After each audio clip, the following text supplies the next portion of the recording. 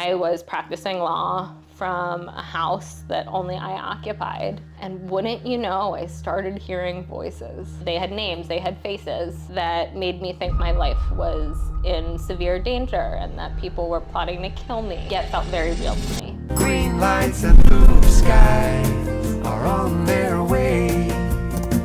Yeah, they're on their way.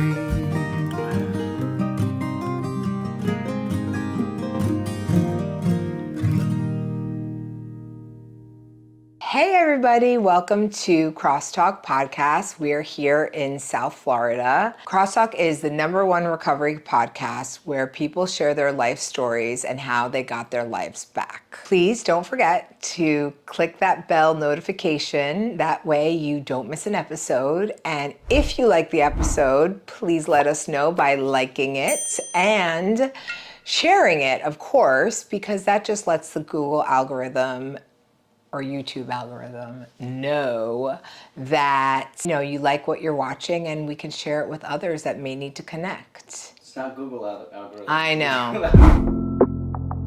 Here with me today is 𝗧𝗵𝗶𝘀, who I met 3 years ago. She is such a great friend, practically family. So welcome, Sarah. Thank you. I'm so excited to be here, and I'm so proud of you for this. I remember when we've been talking about doing a podcast that never got off the ground. That's okay. There's still hope for us. There is now still the equipment is here, right? Exactly. So we can make it work. This is so great, though. Thank you for having me. Thank you. So tell me a little bit about what the beginning looked like for you. What do you want to share about kind of your childhood and how you got on this journey? How long do you have? Yeah. I grew up in Philadelphia. I'm the oldest of two. I had loving parents and really anything I could have ever needed or hoped for. That all changed for me at 14. My mom got really sick and was diagnosed with cancer and passed away very shortly thereafter. Thank you. So, it was wonderful until it wasn't. And it wasn't even that it got so terrible after she passed, but I think her loss and her disease and everything we went through during that period really changed our family makeup and how we all related to each other, how we all adapted and developed, because we really had a void, and to fill that was impossible. So we coped the best ways we could. What did that look like? What would you say some of the things that stick out to you today are? Yeah, so I look to my dad as the model of sort of how to move forward. And his way to move forward was to stick his head down and keep moving one foot in front of the other. So I really modeled that. I remember therapy being offered to me, and I was very against it. I couldn't tell you why. I had no prior experience with it. But to me, it was a disruption. And disruptions, for whatever reason, were negative in my mind. Not shame-based. Not at all. You just didn't think you needed it. Yeah, it just was like another thing I need to focus on getting into college. I was a swimmer at the time. I still am a swimmer, but I was a competitive swimmer at the time.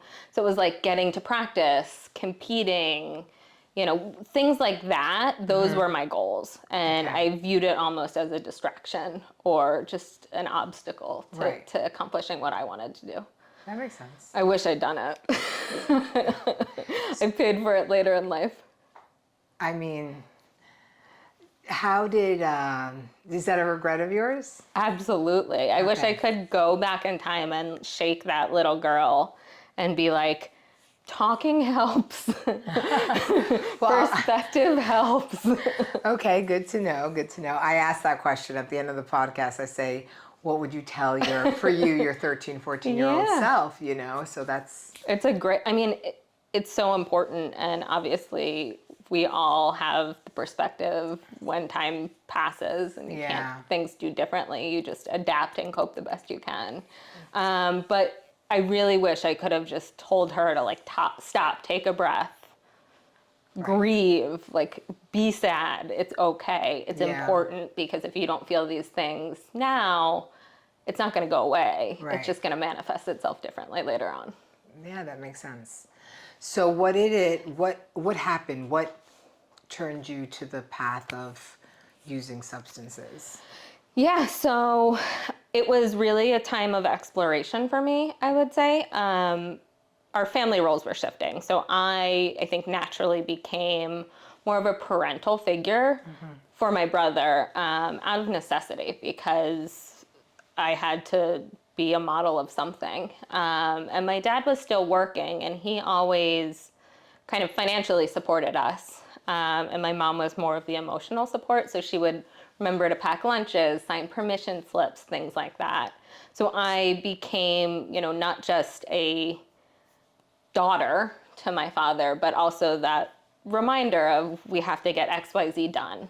We should make sure there's dinner on the table each night. I started cooking. I think my dad's fondest memory of that time was me making dinner while he and my brother were at like baseball practice. I mean, yeah, you're 14, you're in high school, so you're, young adult. Yeah, so like I was absolutely capable of doing it. I just hadn't ever done it before. So when he was able to come home one day and there actually be food on the table, that was big, and he was very grateful. Sure. So with that though came just new dynamics within the family. So it was like, can I like get away with using this credit card to order something for myself? Like, how long will it take for dad to notice? Can I like start staying out later? And what if I like take a little bit of alcohol from his liquor cabinet? Will he notice? Okay. More often than not, he didn't. Or he did, but it was after the damage was done. So for me initially, it was mostly alcohol.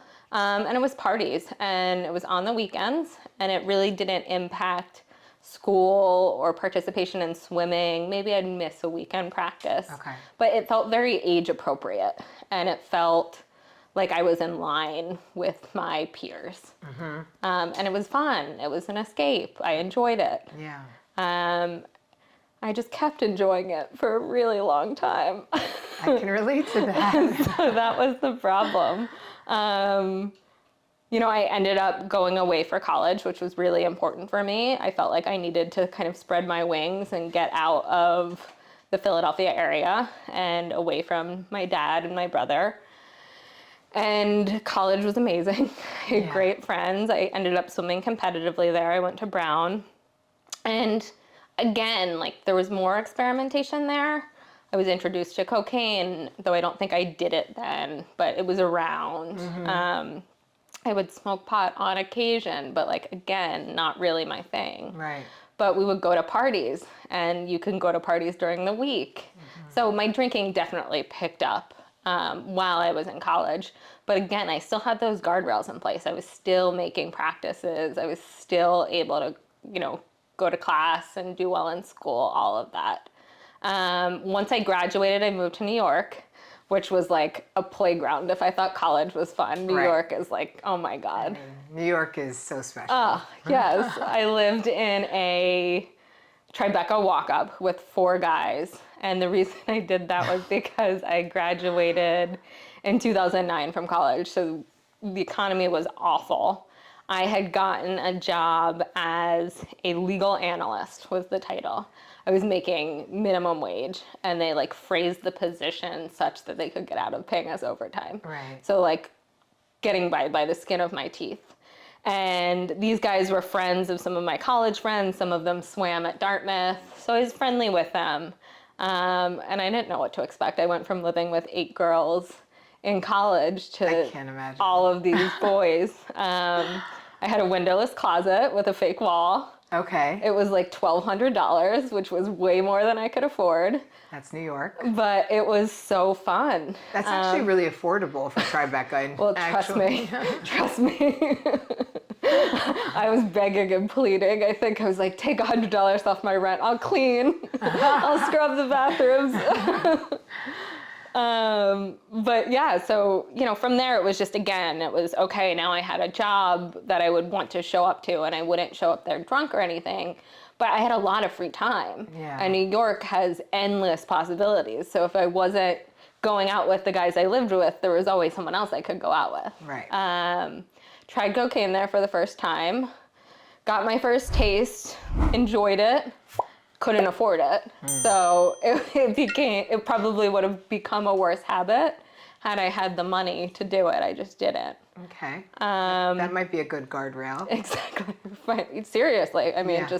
just the financial limitation.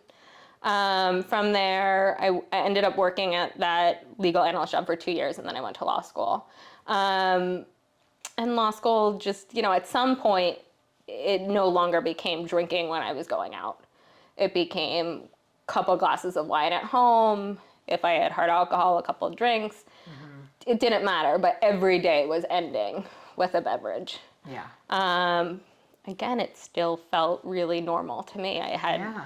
a lot of, so I thought at the time, I had so much stress. This was how I unwinded. Everyone else was doing it too. I was a part of that same culture in New York, happy hour after work hard, play hard kind of mentality. And it was just, we were all having wine after dinner or with dinner or whatever. Yeah. And I mean, I moved on to harder substances, but this is about you, so we'll stick to your story. At some point, I kind of flew through those 3 years of law school, and it became time for me to take the bar. And I couldn't sit for the bar in Pennsylvania and New York at the same time. I could take New York or New Jersey or Pennsylvania or New Jersey, and it was like how the days fell. And ultimately I decided it was like time to come home. I kind of viewed this time away from Philadelphia and my immediate family as my escape. And, things were changing, and it was time for me to become responsible and return home. So I returned home, and it turns out practicing law is even more stressful than law school. It's funny how they don't tell you that. But so again, the after work stuff didn't stop. And at no point did this feel, like I said, like really out of control. It just was a constant, and it was just what I did. Fast forward to about 3 years into me practicing, I had just started a new job at a different firm, and I had a serious health scare. I had a brain aneurysm rupture. Wow. And Did that impact your drinking?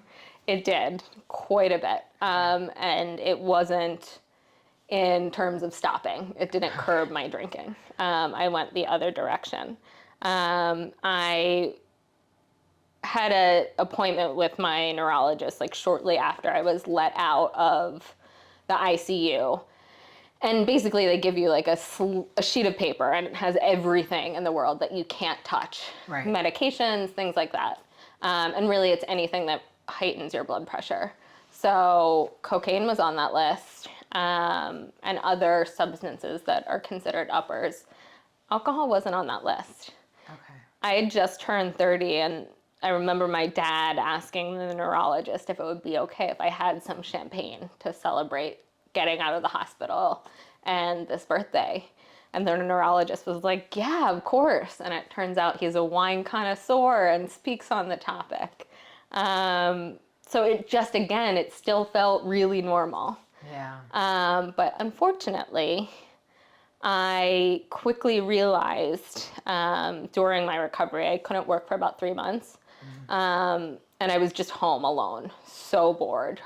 Watching TV hurt my head, reading hurt my head. There was a lot of just time that I couldn't fill.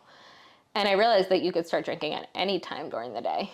And that's really how I filled those 3 months. Vodka Just to became escape. my best friend. And I continued that way for 3 years. COVID hit at this point. I bought my first house, which was supposed to be a really exciting time in my life. Huge milestone. Yeah, So you're so successful, though. I mean, like, you're drinking, but you're there are no extremely successful. there are no consequences yet. Okay. That's so important to know. I had a relationship throughout that aneurysm recovery time and for the next couple years, and my drinking definitely heightened through that relationship. My partner at the time probably drank more than I did. He was also much larger than I was. But I think I was unhappy in that relationship and was using alcohol as a way to cope, Okay. which is not to justify it or take the responsibility of the drinking off me. That's how you felt. 100%. Right. So once that relationship truly severed and it was just me in this house with things I should have been celebrating, but had no joy, didn't feel like I could celebrate. It was just me and a bottle of vodka, and that's a really miserable place to be. Yeah. And that reflected how I felt inside. So once the pandemic, really kind of hit and sent people home, I was practicing law from a house that only I occupied. And wouldn't you know, I started hearing voices. No way.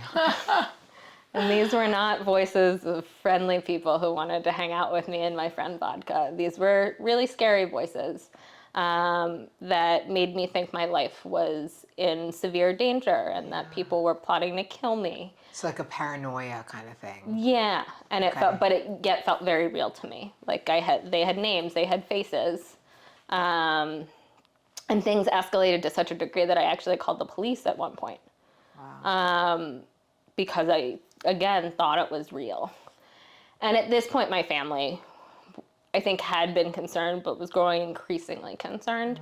And I was 302'd, which means like a psychiatric hold. Okay. And they didn't know at that point that it was alcoholism. They thought maybe I was schizophrenic. They knew something was wrong. Yeah, because voices is Exactly. usually tied to... I knew something was really wrong. So I went in kicking and screaming. I didn't know. They told me that I was just going in to have a checkup that my neurologist scheduled. Apparently you don't need a police escort when that happens, but I had one, still didn't. Still not really getting it. I was shocked when there was no mask for me to wear in this psychiatric hospital. But So is this psychiatric hospital, was this like the moment, did this? No. Nothing. no. Okay. I was like, why am I here? So this Like, was what a did moment they of do? clarity. No, it was not at all. From there, I think they quickly realized that I was not in the right place, actually, but it was because I needed to be somewhere to manage my withdrawal. So I switched over into the general hospital, and from there was sent straight to my first rehab. And So that no should've- intervention, just straight it from was hospital to rehab. hospital bed to rehab. You're not Okay. allowed to go home. You can't pack your own bag. Good luck. And at this point, did you think I might be an alcoholic? No, I had no idea what that word was. Well, I mean, I remember when I met you, you didn't think you were an alcoholic. But no, truly no idea. I was like, God, why is this happening to me? Right. I was very much in victimization mode, could not see how this was supposed to help me, how this was a chance, none of that. So I got through, and I'd like to think I learned something in those 28 days, but, I left with no aftercare plan. I think they knew I was so far gone. I was still telling everyone that my neighbors were trying to kill me. It was Right. so wrapped up in me and my narrative and how I was trying to control everything. I lasted about a year between that rehab stint and my next one. Okay. I think I had no one fooled, but I would at least appear to be sober in front of family and close friends who knew what I went through. And you were working? Yep, the whole time. Okay. But And your work life didn't suffer, there were no consequences again? nope. Okay. So I would, I'd have a friend or two that I would drink with, and I would always drink at my house, but no one really knew what was going on. That quickly, deteriorated, as it must, because I was living a lie, and I just don't think you can continue living that way without something combusting. So I ended up back in rehab again, the same program I had been previously. And while I was there, I met Corey, actually. Oh, yeah. And Our very own Corey Rabin, who is a CROSSTALK host. And the reason why I'm also a CROSSTALK host. yeah, Corey's the best. Yeah.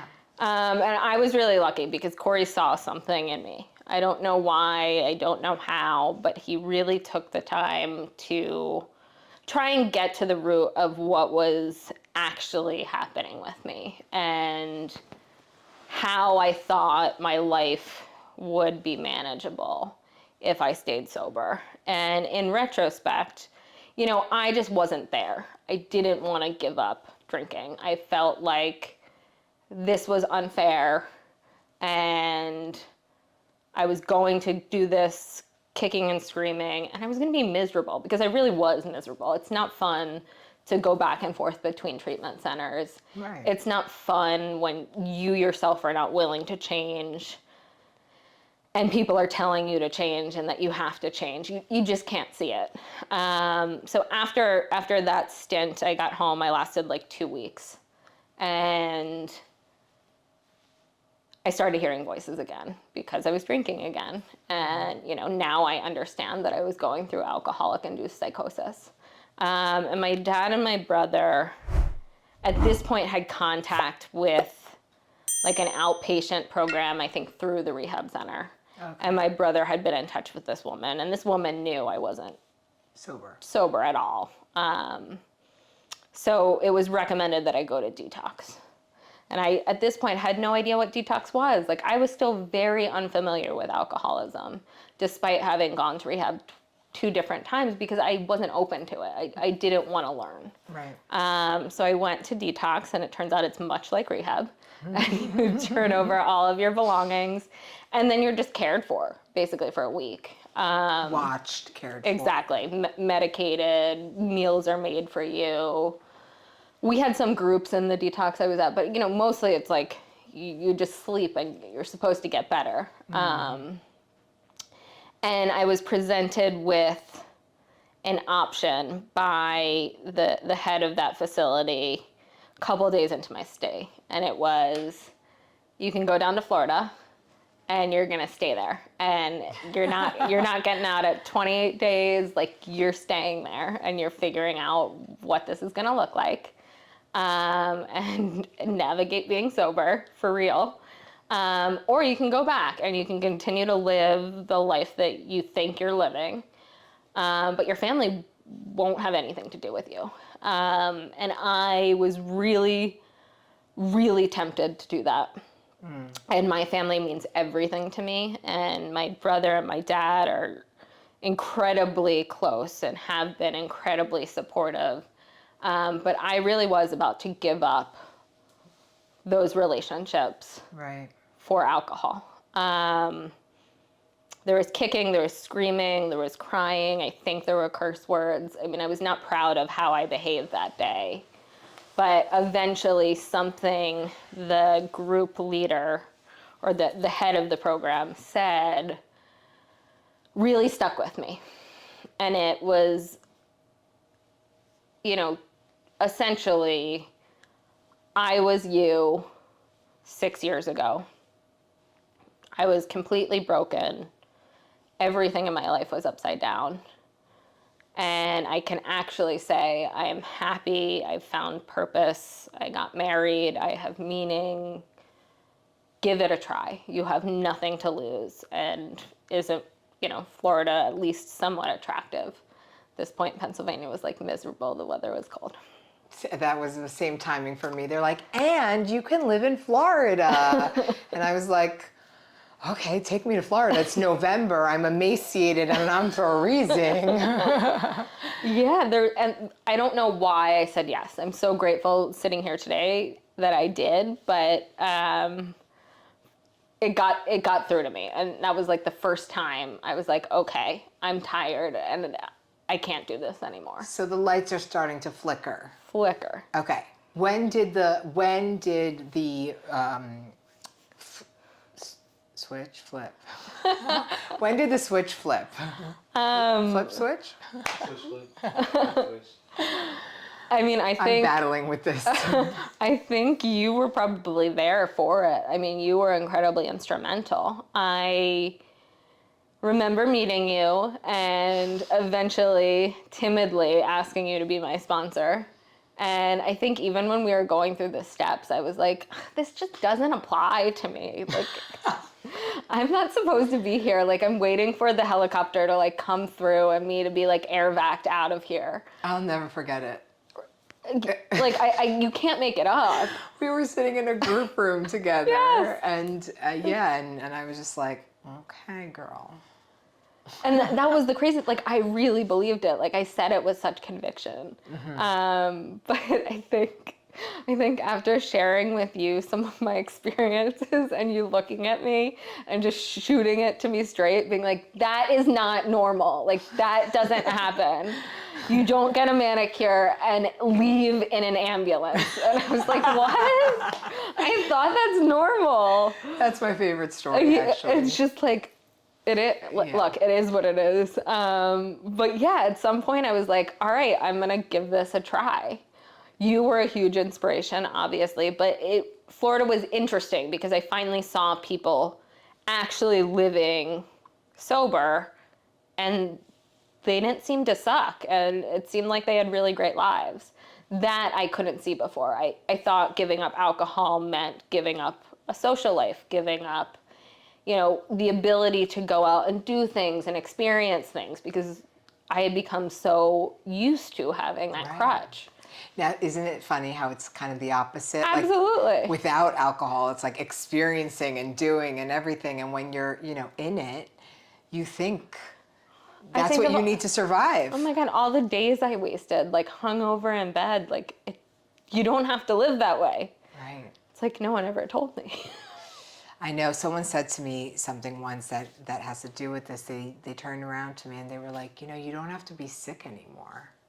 And I was like, it's something like a light bulb, something went off. And I was like, oh my God, like I can be a healthy person and like not be a victim and be in charge of my own life. And I feel like, it's the best lesson to learn, that you don't have to be there anymore. Yeah. You don't have to be a prisoner to yourself. I mean, it's eye-opening, and sobriety has opened up so many doors, and I'm so grateful for that. But it's just, I didn't want to believe it. So tell me more about your process. Like, you had this moment where you're like, okay, maybe I am. And now what does recovery kind of look like for you? Sure. So, I mean, I went in kicking and screaming. It took a lot of really intense therapy, and harsh therapy, right? Like, it wasn't lovey-dovey or flowers and rainbows. I really had to take accountability for some of my own actions and some of the situations I created for myself.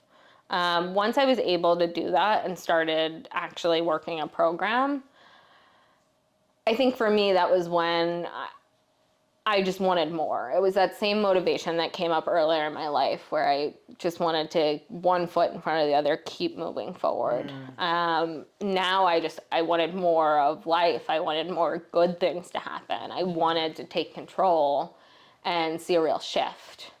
And today it's still a work in progress. Yeah. It's paying attention every day to how I'm feeling and how I'm reacting to things. It's being aware of things and situations that are in my control and things that are outside of my control, and accepting that. And so what would you say are like the huge things that you're doing differently today as opposed to before? I am able to set boundaries. I had not been able to do that previously. I can relate. I no longer let people walk all over me. And it's not that people were walking all over me before and I was just sitting back and letting it happen, but I think I invited some of that behavior based on how I valued myself and what I was showing the world that I was about. I think too, just generally, I've learned to be open, and that it's okay to talk about my feelings, and it's okay to tell people I'm not okay. It's frightening. It's really scary. It's just asking for help. I've never been good at it. I like to be the one that's in control. Of course. sound, yeah, right? I mean, like, it sounds familiar. It could be, I'm sure so many people can relate to that. Yeah. And you're a high achiever. You've always Yeah. been a high achiever. I mean, you stepped up to the plate with your family. You stepped up to the plate with, I'm sure, living with those guys in college. I'm sure you took on a let me run this house role. Yeah, absolutely. I feel very comfortable when I'm taking care of other people's problems. I do not like having to hit pause and look at myself and say, okay, what Sarah problems do I Right. have to focus on, and who can I ask for help Yeah. to fix them or solve them or work on them? It doesn't even have to be a solution. It's just, how can I better myself? What can I do today to make sure that I am being the best version of myself, that I'm showing up for the people I love and care about, and also giving myself space to maybe not be the best version of myself Right. because I need a break. Yeah. I just think it's really important, and it's a balance. I mean, I agree. I think it's hard, but do you feel like your recovery has evolved almost and changed from like first year to second year to third year? Yeah, no. First year it was like, let me get to 1 year. Let me like prove to everyone that I can do this. And then like, we'll see. No pressure. And then I think the more often you practice it and you go through just living your life with that kind of purpose, you know, it evolves and it changes, and you take stock of things differently, and you start viewing things differently. And you're learning and growing while staying sober, but the sobriety piece, the actual not picking up a drink, has less and less to do with it. And it's more about, how can I take stock of myself today?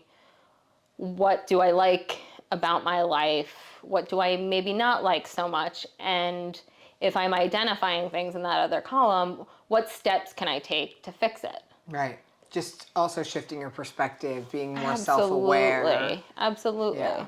I mean, perspective is like a huge part of this. You know, before not having the awareness and then shifting to, oh my God, I can do these things and my life is better and I'm looking at things differently. Absolutely. I think for me before it was, what don't I have? That was my barometer. Because if I don't have those things, I want to work to get them. Whereas now I can just wake up and be like, I'm grateful I had a bed to sleep in last night. I'm grateful there's a roof over my head. Yeah. There's running water. I can brush my teeth. Gratitude is huge. So has spirituality played a role in your recovery? Absolutely. So I was raised Jewish, but I've not been the best practicing Jew, especially in my adult life. So I think I struggled with the idea of a higher power for a while. Yeah. But once I was able to identify what my higher power was, you know, that's been a big game shifter for me, because now I can just trust that whatever is meant to happen is going to happen. I'm not part of it. Something much greater than me, than you, is at play here. Exactly. And having some faith in that, it makes everything else all seem really manageable. Yeah, I feel the same way. Yeah, like once you give that up and it's like, all right, I'm not in charge, I'm not in control, Yeah. you're good. So is there anything else you want to share with everyone? Any I feel like I give you everything. Okay, I feel like you gave a lot too. I'm appreciative. So let me go back to that question that I like to ask people at the end is, you know, what would you have told your younger self? And you kind of shared a little bit about that, but, you know, is that all you would tell your younger self? What if you can really spell it out for us? Yeah, absolutely. I think I would have loved to have hugged that little girl and told her to stop worrying, that she is enough, and that the future is bright, and she just has to take a deep breath, believe, and do the next right thing. Amazing. I love that. Okay, we'll step out of the circle. Thank you so much for coming. Thank you for having me.